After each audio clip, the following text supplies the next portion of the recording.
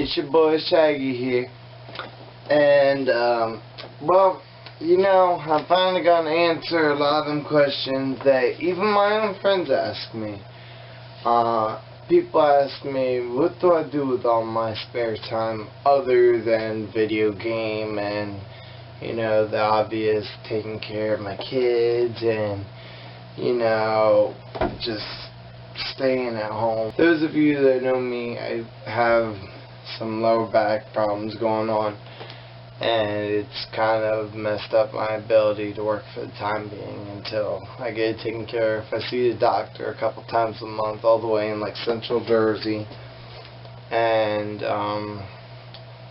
well, until I get that taken care of, I've just pretty much been trying to save up, and that way when I do get back on my feet and can work again full time, I can have a future and be already set up. That way, like, all this time wouldn't go in vain. So I'm finally going to let everyone know what it is that I do with my free time. I basically collect a lot of collectibles, as I've made reference to in earlier videos. I have all my wrestling memorabilia that, I have good several $1,000s worth of scattered all around between storage and just what I have around my house and my family's house, whatever, but my big money maker I usually have locked away in storage, but I brought it out for this video, pretty much about half of my collection or something. I have books and books of coins. Believe it or not, coins, yes. Now, my friends, I try to teach them a little bit about it, but it really is something that takes years to get good at knowing. I've gotten into this since probably my late teens or 20s, and I'm going to be 28 soon. So, here's a book that I use. A lot of people that sell coins use what's called the gray pages. It has different prices, but this is something that collectors commonly use. It's the most commonly used book that I know of from personal collectors. I have the most updated one, obviously, and it tells you any U.S. coin and some foreign, like, what their values are, pretty much. And it goes, like, from front to back, it goes, like, starts cents, and then nickel, dime, half dollar, dollar, whatever. But it starts low and then goes up.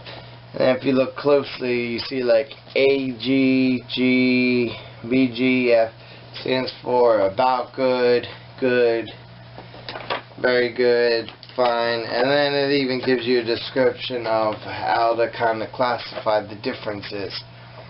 And there's other things that it tells you so much about this stuff, and I have spent so many hours reading about this stuff. And then I go online, like on eBay, and I go to local stores. Like, there's one place, K&H Coin in Vineland, New Jersey. Great place to go. They're great people there. Like, they know me on a first name basis, and they work with me really great. If you want to, like, go buy some coins for a decent price, I would suggest you go there. If you're, like, starting out and everything, they have a lot of, starter coins and stuff just laying around there, pretty decent price. But I go to eBay, and I go through, like, the flea market locally around this area. And then when I used to live in Virginia, there was this really historical town, Winchester, that I did a lot of my collecting down there. And I've bought off of friends every time. I recently got a hold of this beautiful, beautiful shipwreck coin. It's dated 1808 from something called the Admiral Gardner, which sunk in January of 1809. This thing looks like new.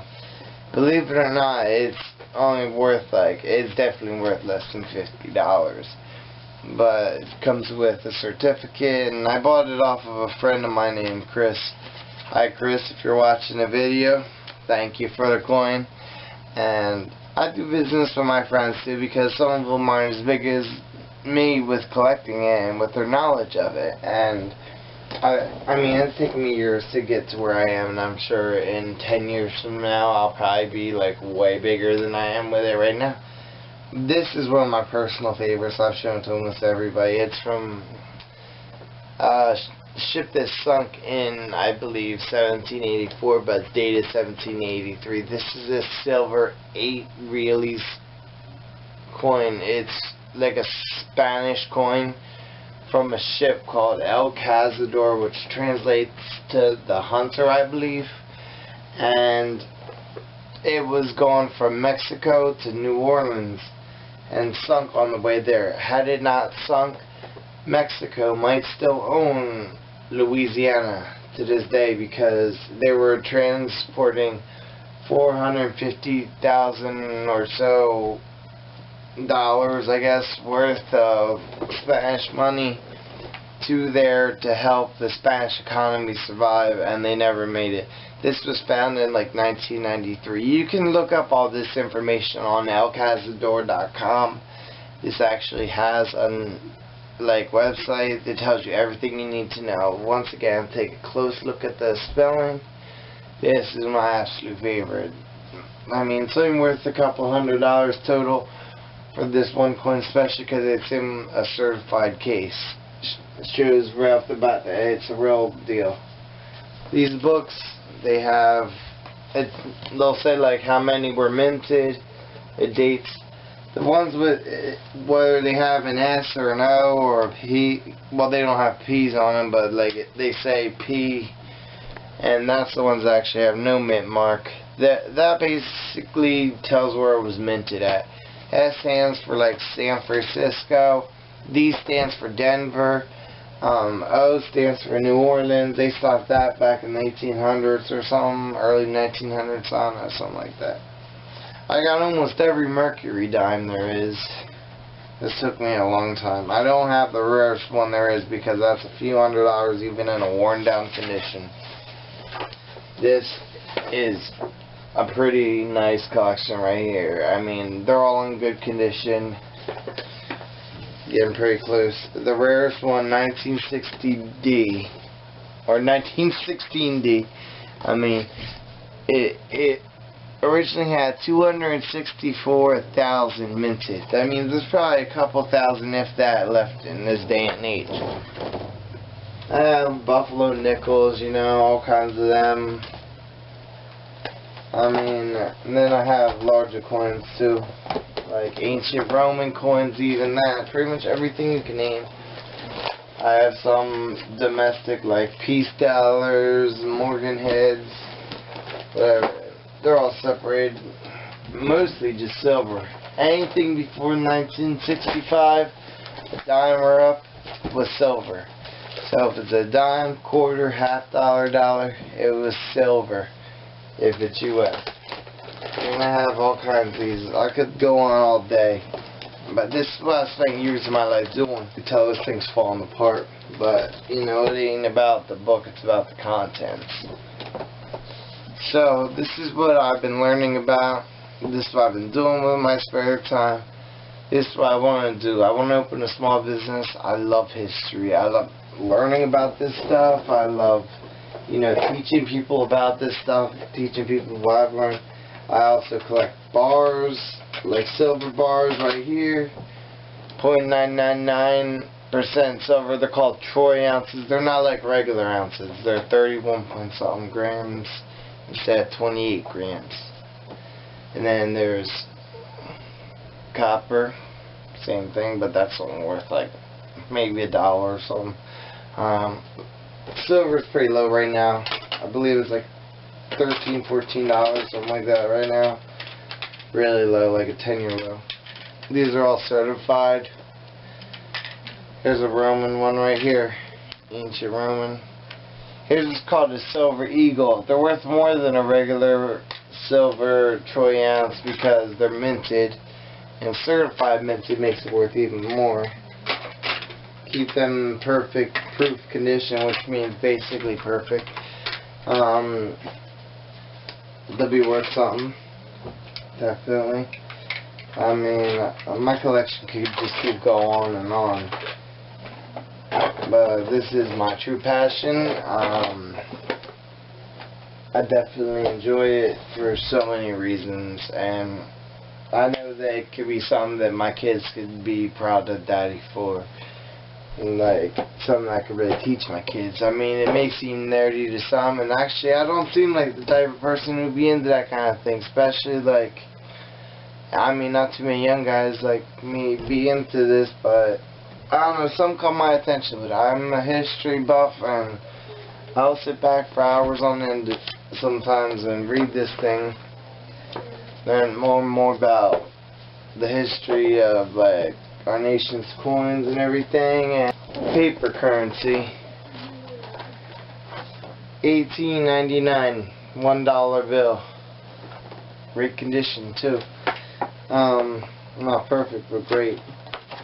And then I have a bunch of foreign and even some local postcards from some South Jersey area places like Millville, from the early 1900s. You could tell I'm a huge history buff, huge. Violin, 1930, what was Violin High School. I mean, I have a lot of World War II, like currency and stuff like that. I could keep going. I mean, just so much of it. It's ridiculous. And you really just can't ever stop learning. I could really make this video for like a documentary amount of time, if not longer, if I wanted to. I could explain every coin, everything about it. But this is where money's at. If you know how to buy it right, if you're patient, wait until you find the right deals on things, learn about it, research. I mean, there's sites I go to and they tell you up to a minute what silver value is. You can buy right now silver close to what it's valued at. So you buy low and wait till it goes high and then sell it. Like, see, this tells you up to a minute value, silver price, ounce.com. That's usually my main one. And so you could just keep refreshing. Right now it's $14.15 per ounce. This is the last 3 months. As you see, it's been going down. So now I've been doing a lot of buying, especially the last, like, here's a 5-year fix. It's going down ridiculously. So all this time I've been off, I've just been buying, and I'm going to be selling one day. And at least I know that when I do get back to working, I'm going to have myself set up pretty well, and I might even have a business set up, hopefully, if things go the way I planned. Obviously, I've got a good start. I mean, I've got so much more that I haven't even shown on camera, like, not just wrestling stuff. I mean, I've got all kinds of sports stuff. I've got all kinds of coin and currency stuff, and it's stuff that I'm going to start a business with, and some of it I'm going to sit down and one day pass on to my kids. It's gonna be personal, and like I love learning about it. I love teaching people about it, and I hope that this taught somebody out there a little something. It's not an expensive hobby. It can become expensive, but it can make it to where you get the money to make it expensive, because you could just flip it or something, or just, you know, build up and then sell once you complete the set, because it makes it so much more valuable than buying little by little. Well, I don't want to make this video any more boring than it already is. If I taught you guys something, thank you very much. Alright, you guys have a good one.